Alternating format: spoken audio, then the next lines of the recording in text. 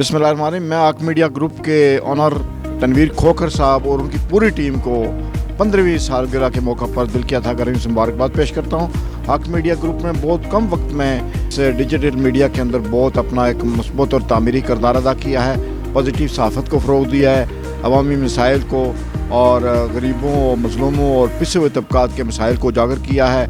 और हर शोबे में सेहत का मसला हो, तालीम का मसला हो, आक मीडिया ग्रुप उसमें पेश रहा है। इसलिए मैं 15वीं सालगिरह के मौका पर अपनी तरफ से तनवीर खोखर साहब और उनकी सारी टीम को मुबारकबाद देते हुए इस तवक्को का इज़हार करूँगा कि वो मुस्तक़बिल में भी अपने सफ़र को मुस्बत अंदाज में जारी रखेंगे।